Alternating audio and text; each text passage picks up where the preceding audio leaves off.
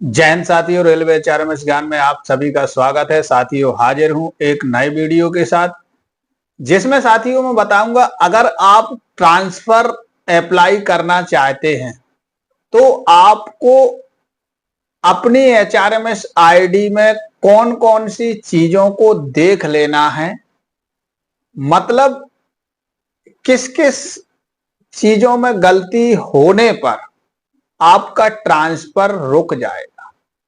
तो सबसे पहले अगर आप ट्रांसफर अप्लाई करना चाहते हैं तो ट्रांसफर अप्लाई करने से पहले आपको अपनी एचआरएमएस आईडी को खोलना है और जो जो डिटेल मैं बता रहा हूं उस डिटेल को आपको चेक कर लेना है कि वो डिटेल जो है सही फिल है या गलत। अगर साथियों गलत फिल है तो उसको आप सही करने के लिए तुरंत ही जो है रिक्वेस्ट अप्लाई कर दें और जब रिक्वेस्ट फाइनल हो जाए, मतलब एक्सेप्ट हो जाए, इसके बाद ही आप ट्रांसफर अप्लाई करें तो ज्यादा अच्छा होगा। नहीं तो आपने ट्रांसफर अप्लाई कर दिया और आगे चल के उसको सर्टिफिकेशन में रिजेक्ट कर दिया गया तो फिर आपके लिए दिक्कत हो जाएगी। मतलब आपका टाइम जो है, जैसे कि वैसे भी अभी आज के टाइम में आप देख पा रहे हैं कि सर्टिफिकेशन में काफी टाइम लग रहा है। जैसे कि हमने अप्लाई किया कुछ लोगों का, तो अभी जब से न्यू मॉड्यूल चालू हुआ था तो जो कुछ लोगों ने तुरंत ही अप्लाई कर दिया था। जैसे ही चालू हुआ तुरंत ही ट्रांसफर एप्लीकेशन उन्होंने लगा दिया, बट उनको जो सर्टिफाई जो हुआ उनका अभी 2-2.5-3 महीने हो गए, अभी जो है सर्टिफाई हुआ है। नए वालों की बात कर रहा, पुराने वाले जिन लोगों ने लगा दिया है उनका तो ठीक है, कोई दिक्कत नहीं। लेकिन जो नए लोग जो ट्रांसफर अप्लाई जिन लोगों ने कर दिया है या जो लोग अप्लाई करना चाहते हैं, तो वो लोग जो है इतनी चीजों को जरूर जांच लें। सबसे पहले आपको देखना है आपकी पर्सनल डिटेल। पर्सनल डिटेल आप चेक कैसे करेंगे, पहले तो मैं ये आपको बता दूं। आप सीधा जाएंगे एम्प्लॉय सेल्फ सर्विस ESS। पहले तो अपने आप एचआरएमएस आईडी लॉगिन कर लेंगे। इस तरीके का इंटरफेस में लॉगिन हो जाएगी आपकी आईडी और आप एम्प्लॉय सेल्फ सर्विस में जाएंगे और एडिट डिटेल पर क्लिक करेंगे। एडिट डिटेल पर क्लिक करेंगे तो एक आपको टैब वहां दिखाई देगा पर्सनल डिटेल, पर्सनल का, तो उस पर आपको क्लिक कर देना। तो आपकी जो पर्सनल डिटेल है, पर्सनल डिटेल में कौन कौन सी चीजें आएंगी, जैसे कि आपका रिलीजन, आपका धर्म, किस धर्म से आप बिलोंग करते हैं, आप किस कम्युनिटी से बिलोंग करते हैं, मतलब SC ST OBC जनरल, किस कैटेगरी में आप आते हैं और आपकी कास्ट क्या है, ये डिटेल जो है पर्सनल में आपको मिल जाएगी। आप अच्छे से चेक कर लें। ऐसा मैंने मतलब अपने जो 2-4 लोगों को मैं देख चुका हूं कि उनका कास्ट तो छोड़ ही दो, कुछ लोगों का धर्म ही बदल दिया। मुस्लिम था तो उसको हिंदू लिख दिया और एक व्यक्ति जो है जनरल थे तो उनको OBC लिख दिया था। तो इस तरीके से आप पहले ये डिटेल जरूर चेक कर लें। इसके बाद जो है आपको, अब ये बेसिक चीजें हैं, अगर भरी हैं तो ठीक है, नहीं तो आप अगर एडिट कर रहे हैं तो इसे डिटेल भी आप भर दें तो ज्यादा अच्छा। जैसे कि हाइट, आपकी हाइट कितनी है, आइडेंटिफिकेशन मार्क आपके भरे ही होंगे, और मैरिटल स्टेटस अगर आपकी शादी हो गई है तो आप वहां अपनी डिटेल भर दें, मैरिज डेट भी आप फिल कर दें। इसके बाद आपको मदर टंग, आपकी मातृभाषा क्या है, वो डिटेल आप भर दें। ज्यादातर लोगों की हिंदी होगी, जिन लोगों की इंग्लिश तो बहुत ही कम लोगों की होगी। इसके बाद आप नेशनैलिटी में भर देंगे इंडिया। तो ये डिटेल आप जो है पूरा जो है डिटेल भर दें। अब इस डिटेल में अगर जैसे आप करेक्शन करते हैं तो जितनी भी आप एचआरएमएस में एम्प्लॉय सेल्फ सर्विस से डिटेल को अगर आप रिक्वेस्ट डालते हैं चेंज रिक्वेस्ट में डालते हैं तो आपको सपोर्ट प्रूफ डॉक्यूमेंट लगाने की आवश्यकता होती है। तो ये जो पर्सनल डिटेल अगर आप बदल रहे हैं तो इसमें अगर आप सपोर्ट प्रूफ डॉक्यूमेंट लगाएंगे तो क्या लगाएंगे, देखिए इसमें या तो आप लगा दें धर्म के लिए,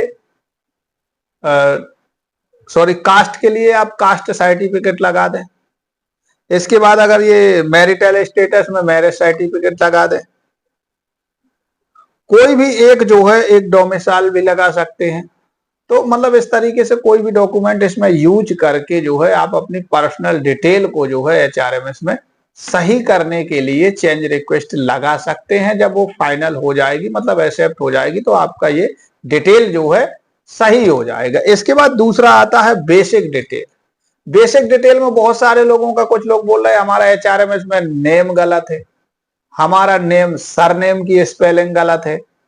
तो ये सब डिटेल जो है, और आधार नंबर भी आपको चेक कर लेना कि आपका आधार नंबर तो नहीं गलत है, पैन नंबर तो नहीं गलत है, आपके पिताजी का नाम तो नहीं गलत है, पिताजी के सरनेम में तो कोई गलती नहीं है। तो ये भी डिटेल आपको अच्छे से चेक कर लेना है।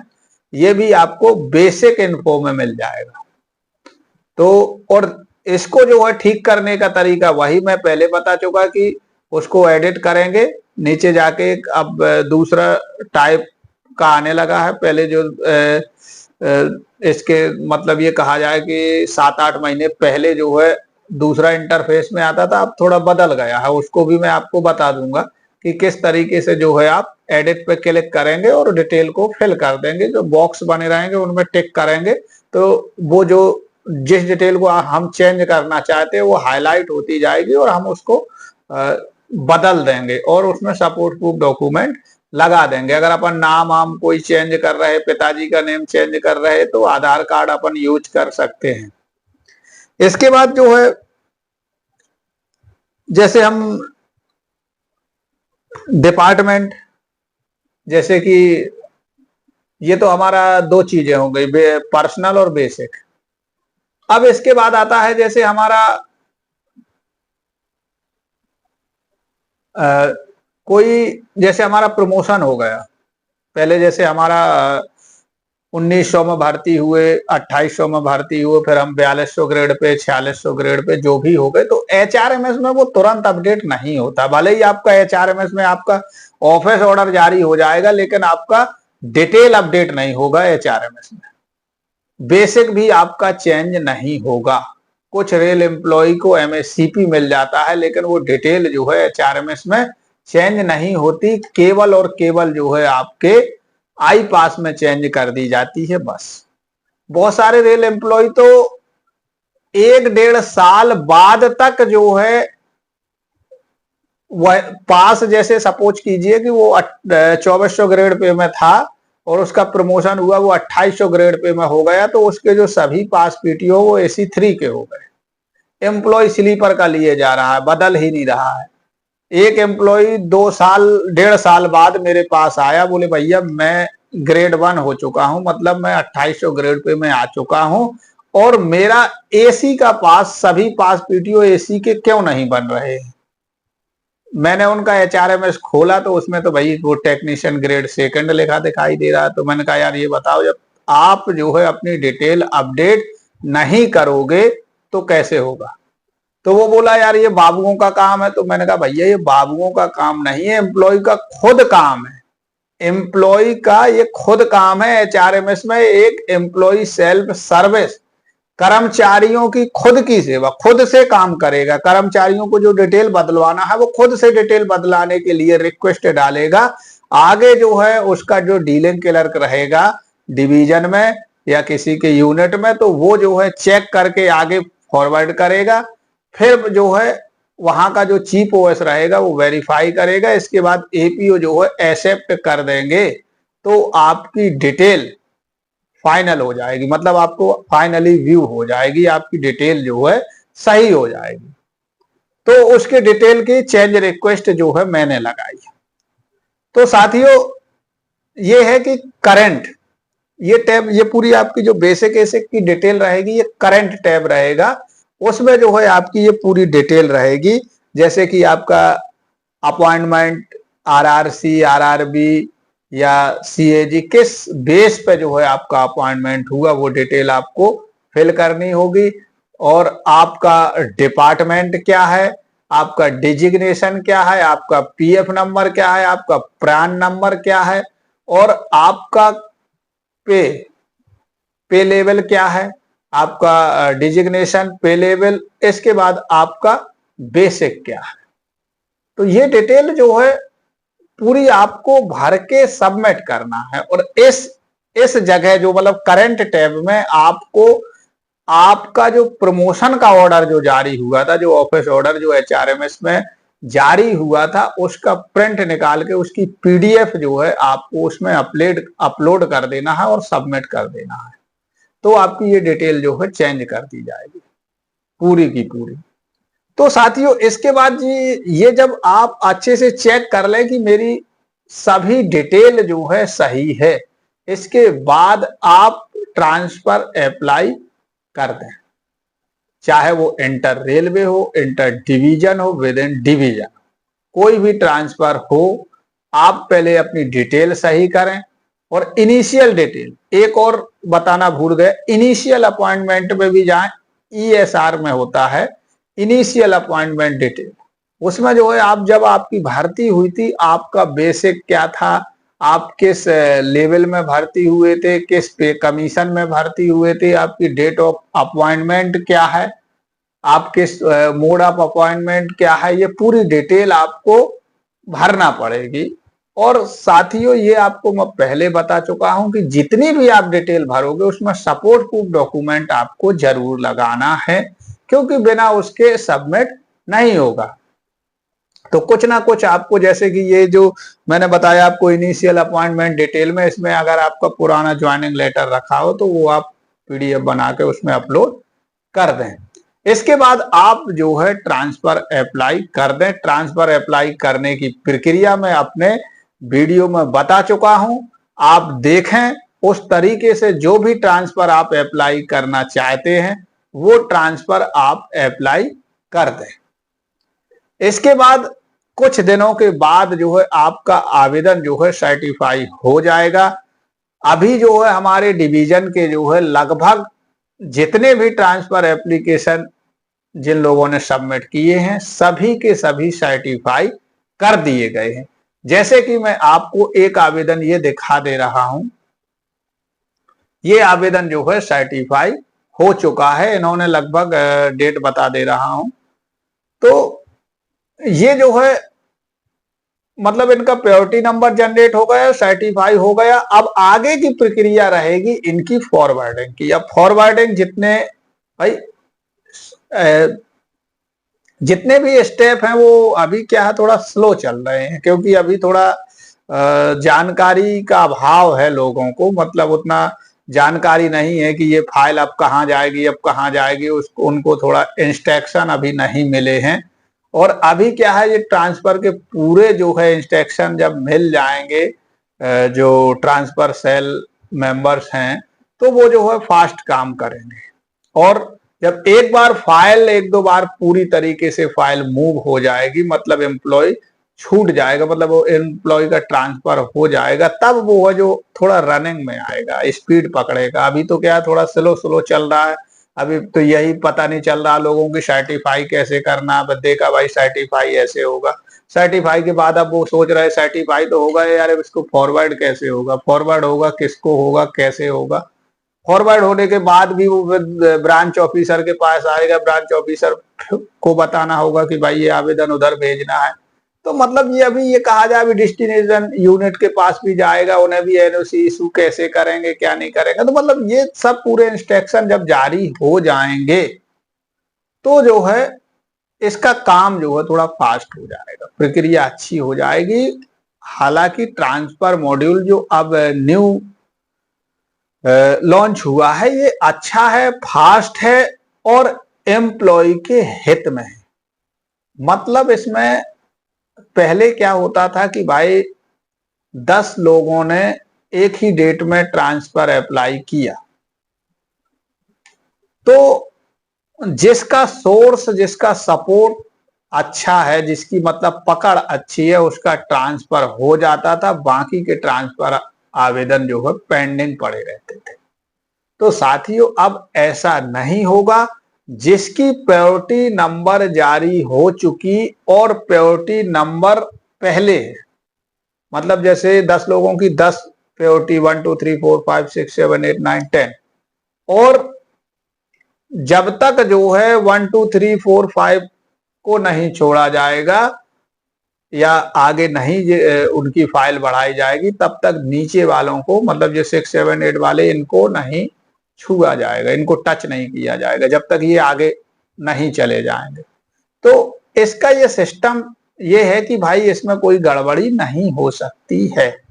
किसी मतलब विशेष केस में आउट ऑफ टर्न का प्रावधान है, जिसमें जो है जीएम अप्रूवल लगेगा, उसका आवेदन जो है आउट ऑफ टर्न कर दिया जाएगा। तो साथियों एक मेरे पास रेलवे बोर्ड का लेटर प्राप्त हुआ है, जिसमें जो है जो यूडीआईटी जो ट्रांसफर मॉड्यूल जो बनाया गया है, इसकी जो प्रक्रिया है, ये मतलब ये आपने तो ट्रांसफर एप्लीकेशन सबमिट कर दिया, लेकिन अब ये ट्रांसफर एप्लीकेशन कहां कहां जाएगा, कैसे जाएगा और इसकी प्रक्रिया क्या रहेगी, ये पूरी जानकारी की डिटेल जो है, मतलब पूरी जानकारी उसमें लिख दी गई है, जिसको मैं अगले वीडियो में आपको बताऊंगा। तो साथियों उसमें क्या है कि प्रोसेस वही है, सेम प्रोसेस है, सर्टिफिकेशन, फॉरवर्डिंग, एनओसी, इसके बाद एम्प्लॉय को छोड़ा जाएगा। ये 4 स्टेप दर्शाए गए हैं बस। उसमें भी कुछ छोटी छोटी कंडीशन है, जैसे कि भाई किसी का उसमें ये भी है कि स्पेशल ग्राउंड, जो स्पेशल ग्राउंड से जिन लोगों ने ट्रांसफर अप्लाई किया, जैसे कि कोई व्यक्ति, कोई एम्प्लॉय अगर हैंडीकैप्ड है और कोई स्पाउस ग्राउंड से लगाया, कोई विडो है जो कंपनसेशन अपॉइंटमेंट हुई है, वो भी स्पेशल में कहलाएगी अगर वो ट्रांसफर अप्लाई कर रही और अपने घर के पास जाना चाहती है। ऐसा रेल एम्प्लॉय जिसका चाइल्ड जो है विकलांग है, वो भी स्पेशल में आएगा। तो इन लोगों को क्या है, डॉक्यूमेंट सबमिट करना जरूरी है, सपोर्ट प्रूफ डॉक्यूमेंट आपको लगाना जरूरी है, ये आप ध्यान से सुन लीजिए। क्योंकि अगर आपने सपोर्ट प्रूफ डॉक्यूमेंट नहीं लगाया तो आप स्पेशल का प्रूफ क्या दे पाएंगे। भाई स्पेशल का प्रूफ देने के लिए आपको सपोर्ट प्रूफ डॉक्यूमेंट लगाना है। अब विडो जो कंपनसेशन अपॉइंटमेंट है तो उनको ज्वाइनिंग लेटर लगाना है, पति का डेथ सर्टिफिकेट लगाना है, और जैसे स्पाउस ग्राउंड वाले हैं तो उनको अपने स्पाउस मतलब हस्बैंड या वाइफ का जो है, या तो आप कोई ऐसा सर्विस का कोई डॉक्यूमेंट, ऐसा पेपर लगा दे कि भाई ये हमारा हस्बैंड या हमारी वाइफ जो है यहाँ पर जॉब करती है, जिस क्षेत्र में आप जा रहे हैं, ये आपको याद रखना है। तो साथियों इस तरीके से जो है आप ट्रांसफर जो है अप्लाई कर सकते हैं। और ट्रांसफर अगर आप अप्लाई करना चाहते हैं तो देरी बिल्कुल ना करें, जल्दी से जल्दी। अगर आप देखिए 1 सेकंड की भी अगर आपको देरी हो जाएगी तो आपका प्रायोरिटी नंबर नीचे चला जाएगा। इस वजह से अगर आप ट्रांसफर की सोच रहे हैं तो ट्रांसफर अभी आप HRMS आईडी खोलिए और अभी आप अप्लाई कीजिए। तो साथियों जहां आप जाना चाहते हैं वो वहां के लिए आप ट्रांसफर लगा सकते हैं। और ये भी विशेष बात बता दूं मैं आपको कि बहुत सारे लोगों का क्वेश्चन ये रहता है कि मैं जो है 2 4 5 ट्रांसफर एप्लीकेशन लगा दूं तो जहां का जो आगे बढ़ेगा उसमें मैं चला जाऊंगा। ऐसा कुछ नहीं है, आप लगा सकते हैं transfer application inter division, sorry inter railway हो या इंटर डिवीजन, 3 ट्रांसफर एप्लीकेशन आप लगा सकते हैं। विद इन डिवीजन में 2 है और इंटर रेलवे में जो है आप 3 ट्रांसफर एप्लीकेशन लगा सकते हैं, लेकिन आपका आवेदन एक ही बढ़ेगा जब तक वो फाइनल या रिजेक्ट होता है, फिर इसके बाद दूसरा होगा। तो ट्रांसफर एप्लीकेशन देखिए एचआरएमएस में जितनी भी प्रक्रिया है, एचआरएमएस ने अगर ले लिया, मतलब एचआरएमएस में अगर अप्लाई हो गया, मतलब वो सही कर रहे हैं। क्योंकि एक एम्प्लॉय का कमेंट आया था मुझे कि सर मैं एक पीटीओ बना रहा हूं, उसने स्टेशन का नाम दिया था, 2 स्टेशन के बीच का, तो बोले ये अप्लाई नहीं हो रहा है। तो वो स्टेशन भी, मतलब ये कहो कि मैंने थोड़ा पहली बार नाम सुना था, मुझे लग रहा कोई छोटे स्टेशन होंगे। तो मैंने कहा हो सकता है कोई गड़बड़ी हो, तो मैंने तुरंत ही जो है मैंने अपना एचआरएमएस खोला और वो दोनों स्टेशनों को नाम लिखे और पीटीओ अप्लाई करने के लिए दोनों स्टेशन लिखे और उसका प्रीव्यू देखा। मैंने कहा यार ये तो बन रहा है। मैंने उसको तुरंत रिप्लाई दिया कि भाई आप अप्लाई करें, पीटीओ बन रहा है, मतलब पीटीओ जनरेट हो रहा है, मैं ट्राई कर चुका हूं, आप बना सकते हैं। तो साथियों, हमारे YouTube चैनल में आपको कोई गलत जानकारी नहीं दी जाएगी। जो जानकारी मुझे पता है मैं आपको वही जानकारी बताऊंगा। अगर जो चीज मुझे नहीं पता है तो उसकी मैं जानकारी करके आपको बताऊंगा, लेकिन आपको बताऊंगा जरूर। कभी कभार कमेंट का रिप्लाई देने में थोड़ा टाइम लग जाता है, उसके लिए मैं माफी चाहता हूं। कभी कभार मैं भी ऑफिस के काम में थोड़ा व्यस्त हो जाता हूं, फैमिली में व्यस्त हो जाता हूं, तो इस वजह से मुझे थोड़ा टाइम नहीं मिल पाता। तो इस वजह से जो है आपके क्वेश्चन का मतलब आंसर थोड़ा लेट दे पाता हूं, लेकिन देता जरूर।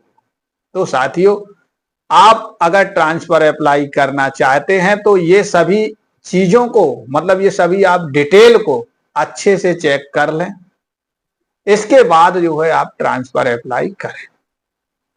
तो साथियों, और जो भी जो है ट्रांसफर से संबंधित न्यू अपडेट, नई जानकारी उपलब्ध होगी तो मैं आप तक जो है पहुंचाऊंगा। तो साथियों, आज के वीडियो में इतना ही। आगे आपको अगले वीडियो में मुलाकात होती है। तब तक के लिए आप सभी को अशोक कुशवाहा का प्यार भरा नमस्कार।